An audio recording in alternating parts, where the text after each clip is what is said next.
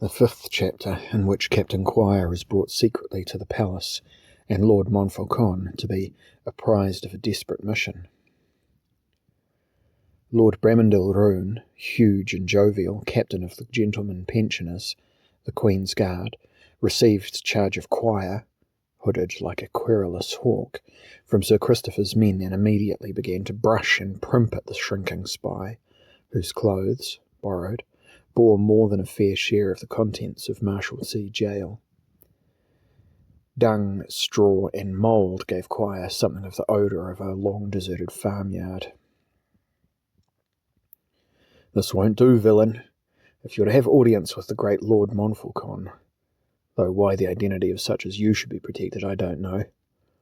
The round red face beamed above the scarlet ruff, the ruddy hands straightened Quire's collar, while Quire promised himself that if ever Lord Roon should fall foul of Lord Montfallcon, or if he should ever stray into the thieves' twitterns in the city, he would take precisely 48 hours to kill him, giving him mercy on the 60th second of the 48th, while he smiled beneath his hood and came close to curtsying, bobbing in the big man's grasp.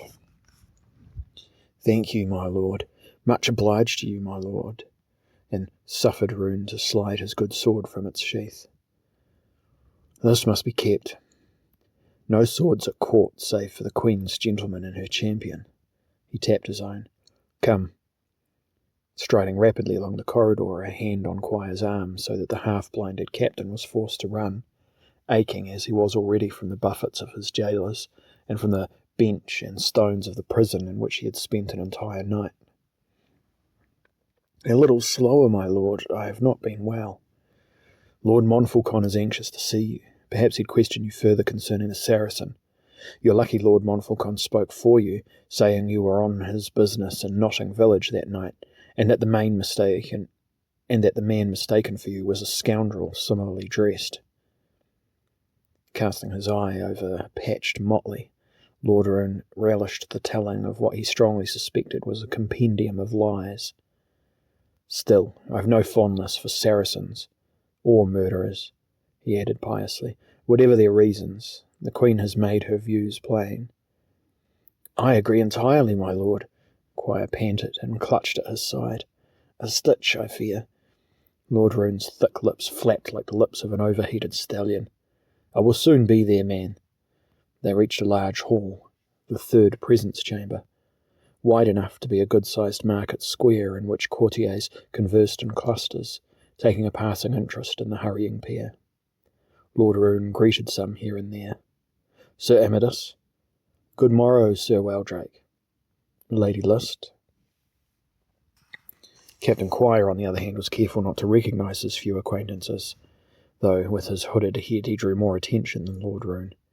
They took the central passage, turning aside before they reached the doors of the throne room, stepping before a door whose handle only could be seen, for the rest was hidden by a tapestry. Lord Roon rapped. They were admitted. Lord Montfallcon stood beside his fire, his back to them, his warrior's shoulders hunched. "Roon." "My Lord Chancellor, he's here." "Thank you." Lord Roon flicked at Quire's shoulders once more, and then, smiling to himself, he departed, bearing the Toledo sword away. Quire looked after it once, furiously, and then composed himself. He did not want to waste time, however, on feigning humility. He scanned the room. It held nothing unfamiliar. He scratched his ear. He removed his sombrero from beneath his borrowed cloak. He tugged his hood free to disclose his dark little self. "Captain Quire, sir. I did your bidding, and here I am." Lord Montfallcon nodded, pulling a coat of silver and beaver about his chest as he began to turn. "You are lucky, Quire, aren't you?" "As ever, my lord." "Not on the night of New Year's Eve. You were clumsy, overreaching, and you were seen." "I was not clumsy, my lord." Quire threatened to flare. Lord Montfallcon sighed and revealed a frozen, angry eye. "Tinkler brought me your note. The intelligence concerning Arabia was useful, but Lord Ibram was well connected. Indeed, we had assured his uncle that he would be safe in London. If it were not for a reputation for wildness in him, which went away to explaining what happened, we should be mightily embarrassed, Quire. Perhaps I should have let you suffer the full consequences. An unlucky Quire is no use to me. Quire warmed his hands. He did not posture, but spoke with reasonable pride. Slay me? Aye, in the cause of knowledge, perhaps. For an I die, then the foot I keep on Pandora's lid shall lift, and out shall pour all those secrets best left bottled. Or perhaps you'd disagree, sir, with such cautious philosophy, and play Dr. Faust with the Queen's darker mysteries. Lord Montfallcon listened, not from interest in the subject, but because he believed he gained insight into Quire's soul. Quire continued. However, sir, I know this cannot be your thinking. You have already seen the point of preserving Captain Quire's life. At all costs, sir, eh? At any cost, what? For I am guardian Cerberus, turned to keep the devils and the damned from scaping Hades. I am the protector of your security, Lord Montfallcon. You do not honour me sufficiently. Thinking Quire had gone too far and thus betrayed himself, Lord Montfallcon became more relaxed. Ah, it's a misunderstood dog, is it? A badly treated dog, my lord. Sir Christopher's constables handled me ill, and I was given the worst cell in the Marshalsea. I expected better for agreeing to your schemes. Also, my identity was not completely concealed. My reward to you, Quire, is your freedom. I saved it. I risked it, sir, and did not flee. I'm the best man you have in London, in all Albion, in the Empire, for I am an artist, as you know, and I am not vulnerable. That makes you a doubtful servant in some ways, Captain Quire. You are too intelligent for this work. You spring from excellent yeoman stock. You were educated at John's in Cambridge, where you might have become a much-admired theologian. But you refused all respectable opportunities. Creative inclinations of a stronger sort sent me to exploring my senses, my lord, and the geography of the world. I have no talent, save for what's called evil, and in your service, sir, I am enabled to pursue my studies further. I've considered many callings, but all seem worthless. I like not the examples of the various professions I have encountered, and I believe my own occupation at your service, my lord, and therefore the Queen's, to be as good as, if not better than, any. At least you'll agree I'm able to judge the exact degrees of evil I perform, if evil it be. These others, these scholars, lawyers, courtiers, merchants, soldiers, statesmen, who are pillars of our realm. They throw stones over their shoulders, anxious in case they should see what or whom they strike. But I look in the eyes of those I strike, my lord. I tell them what I am doing, as I tell myself. Lord Montfallcon had become calmer. He was not offended by Quire's speech, as Quire had known he would not be. Quire was given to such speeches, defining his work as a poet might define his calling. If Quire had sought to apologize, had been placatory, Montfallcon would have become suspicious of him. He employed Quire for his impertinent creativity, his courage as well as his cunning. The old Chancellor seated himself behind his desk. Quire remained by the fire. Well, you have inconvenienced me badly, Quire, at a time when I needed no more complications. Still, it's done. Aye, my lord, kings to emigrate for a murder he did, after all, help at, even if he didn't initiate the deed. Few believe that. Sir Christopher does not. I doubt if the Saracens will for long, when they receive their own reports of the affair. You'd best be wary, Quire. They can be a vengeful race. I'm always wary, my lord. What's my new commission? You must go to the coast. You are to play wrecker to a galleon due on tomorrow's early tide. If possible, I want no one killed, but she must come onto the sands at the mouth of the river at Rye. Already I've sent a skiff to intercept the pilot and place one of our own people on board. He'll redirect the ship to Rye, claiming the frozen Thames as excuse. A fair one. No ship could move into or out of London at present without threat to her timbers. But what's my function? This pilot can perform the task without my aid. Not easily. You'll give the plan a twist and make sure it all goes smoothly. Then the sequel's entirely yours. I leave its details to your imagination. I'm glad you continue to trust me, my lord. In such matters, Quire, you're always the most inventive. The King of Poland's ship, Mikołaj Kopernik, must run aground. The king must be captured as if by a common wrecker, as a noble held to ransom. Here's a rough likeness I had drawn for you. If he speaks our tongue, he must be led to believe that he's mistaken for nothing more than a foreign dignitary. Use your knowledge of the high tongue only if you must. He must then be held for a time. I'll tell you when and by what method he'll be released. Quire was amused. A king? Well, my lord, you set me after splendid quarry, but I'll need a full pack for this hunt. Pick him. Tinkler, Hogger, O'Brien. You'll employ this braggart still. He'll do well at this. Moreover, he spent 2 years in Polish employ as a soldier. We might need him for his language. I'd consider Webster. No, the rogue's been associated with certain young men at court. He could be recognised later. Kinsader? None of that gang of ink-stained would-be gentlemen will do. Some fools already think they represent the Queen. Fools who do not know the court but merely its detritus. Montfallcon frowned. And besides their gossips, you'd be carrying a hen-house with you. Good fighting cocks, my lord, and braver than your common ruffler. Aye, and more ambitious, and more inventive. I employed their kind under old King Hearn, but you're the only half-gentleman I'd care to use now, for you are not, like them, addicted to grog, airy language, and promiscuous comradeship, for which they must always pay with the only currency they have in quantity, small talk, scandal, embellished anecdote.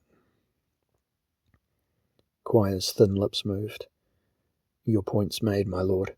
I'll draw my list later, following your advice. And send me word when it's all accomplished. I will, my lord. Protect the secret from your hirelings if you can. I will, but it's an unsubtle scheme. And the best there's time for. We must retain Poland's friendship. If we use diplomatic means, they'd guess at once. This plan's so desperate none will suspect devious Montfallcon's hand. But the consequences? Now, there'll be none that are unwelcome if you play your part correctly with your usual skill. Quire sniffed. My sword. That stickler Rune took it. I'll leave through the spider's door. He tugged the hood back on. Montfallcon rang a brass bell for a lackey. Clamper, ask Lord Rune to give you this man's blade. He came to stand by the fire. The plot belongs to King Hearn's time, continued Quire. Let us hope none recollects how you served him. I remember.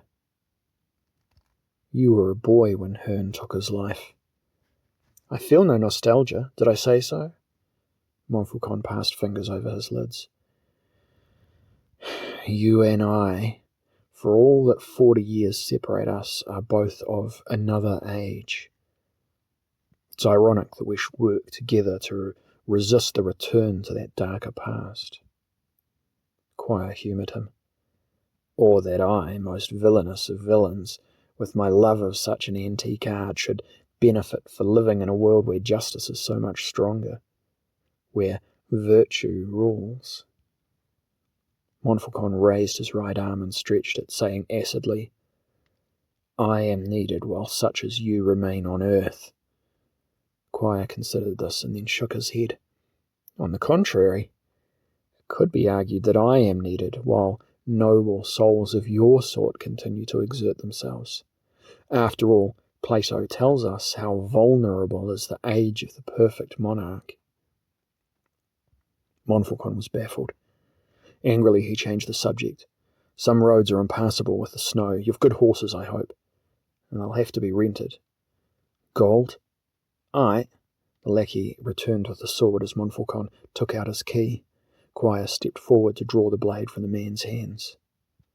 Thanks, he sheathed. Montfallcon waited until the servant's back was to them before he unlocked the box. When the servant had gone, he opened it. He counted coins. 5 nobles?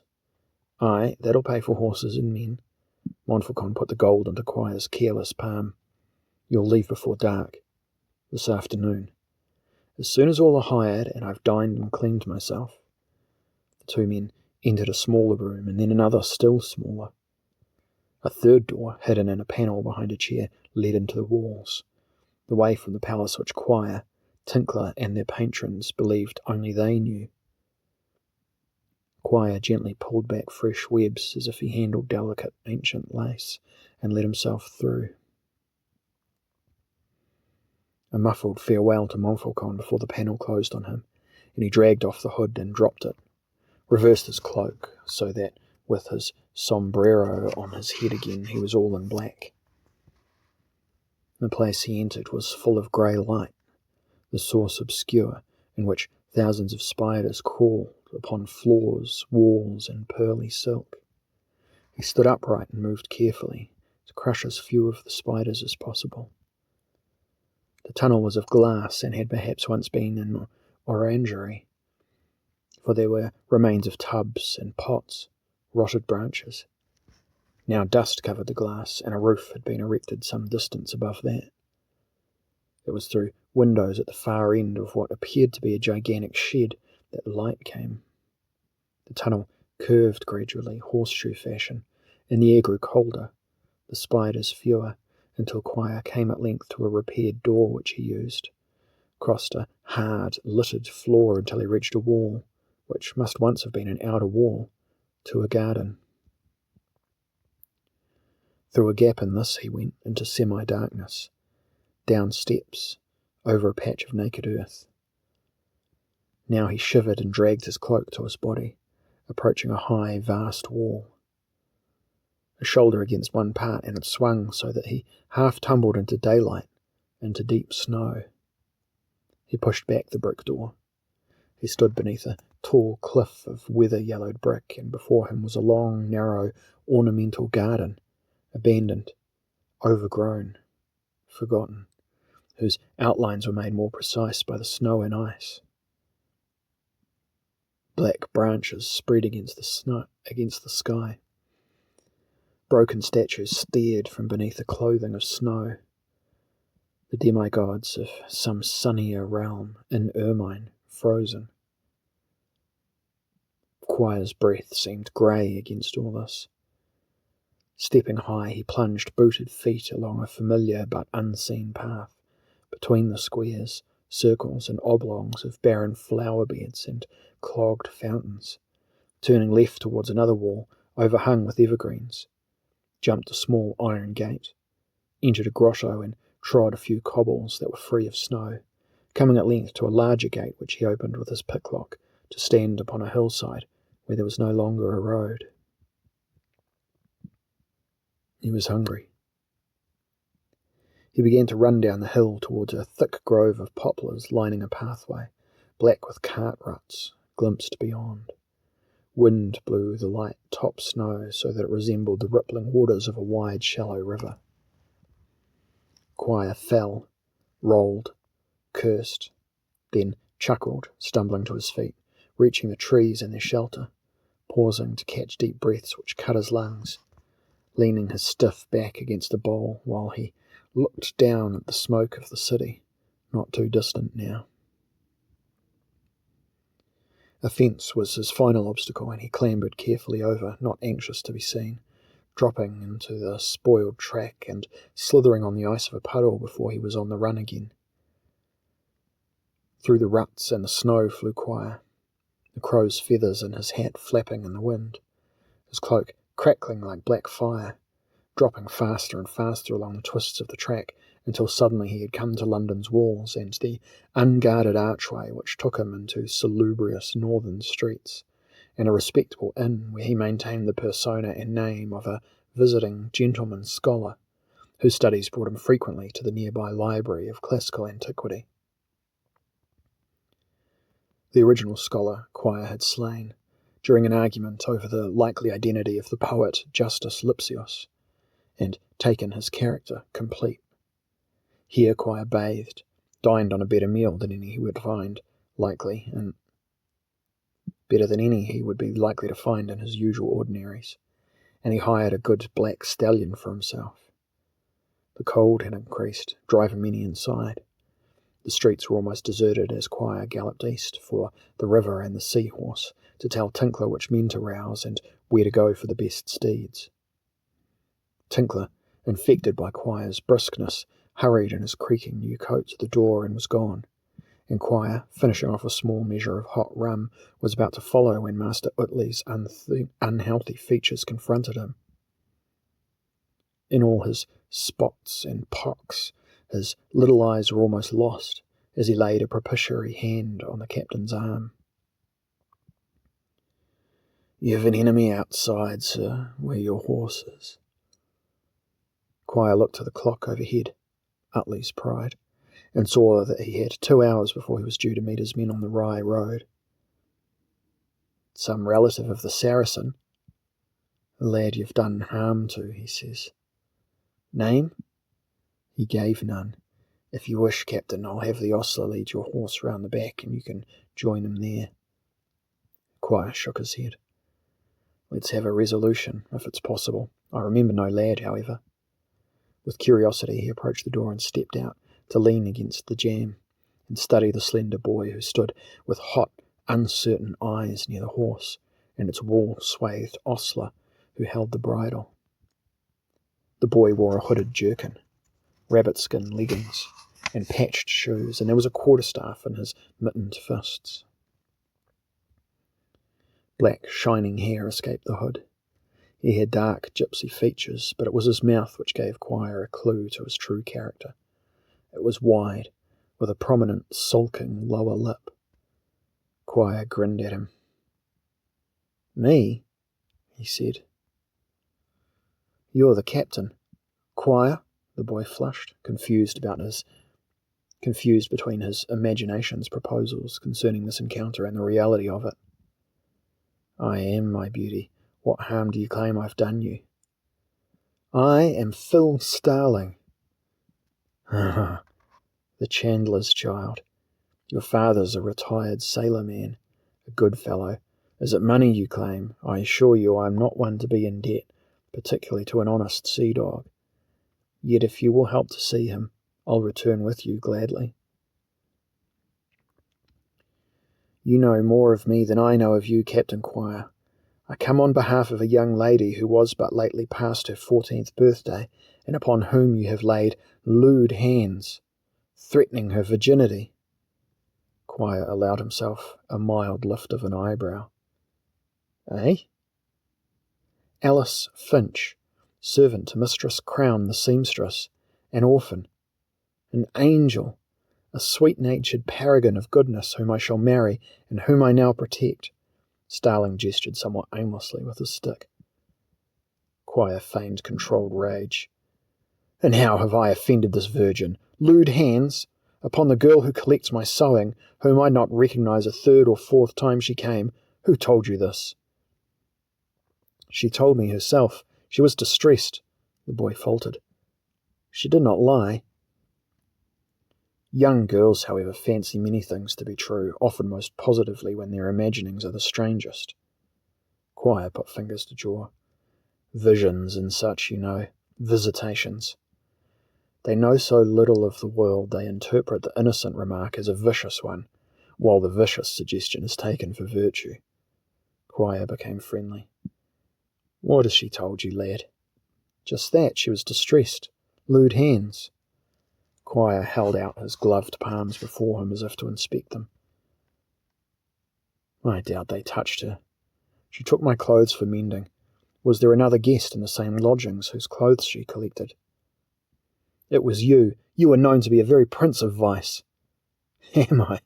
Quire laughed easily. Am I indeed? By whom? It is the talk of all at the king's beard. Ah, and you're one to believe him, these scandal-mongers. Because I do not mix with the crowd, I am envied. I am a mystery. I am become an object of scandal. Have you heard of those who accuse honest men of vice they dare not or cannot perform themselves? What? Even you, lad, must indulge fancies of that sort. You hear that a man is wicked, and you guess what you would do in his shoes. Eh? A carriage, all creaking metal and leather, bounced past, drawn by 2 pairs of grey horses, its windows covered, a mingled scent of roasted duck and heavy musk drifting from it, as if a rich whore dined on the jog. The black stallion shifted his rump, and the boy was gently pushed closer to Quire. That's a good strong staff, said Quire. Is it for me? You swear you did not touch Alice? Starling was entirely confused. What does she say I did? That you forced her to show herself. Quire seemed stern. I cannot remember ever laying a hand upon her. Quire's fingers encircled the boy's stick. But I'll get to the bottom of this one if I can. Let's analyse the tale together, over a noggin. It could be, you see, that inadvertently I made some gesture that she's misconstrued. Starling nodded, impressed by Quire's gravity. It is possible. I would not blame a gentleman unjustly. I can read as much in those large eyes of yours. You're a fine upstanding lad, sensitive, too, to the misfortunes of others, but a little quick to spring to the defence of those who do not always deserve it, I can tell that, too, from your face. No wonder you are loved, for you have a beauty rarely granted a young man. Quire removed the staff and placed it against the wall. He slipped a comradely arm around the boy's waist. I would be happy if I fathered a son as manly as yourself, sweet Phil. Warmed suddenly, and euphorically, by Quire's flattery, Starling relaxed and was lost.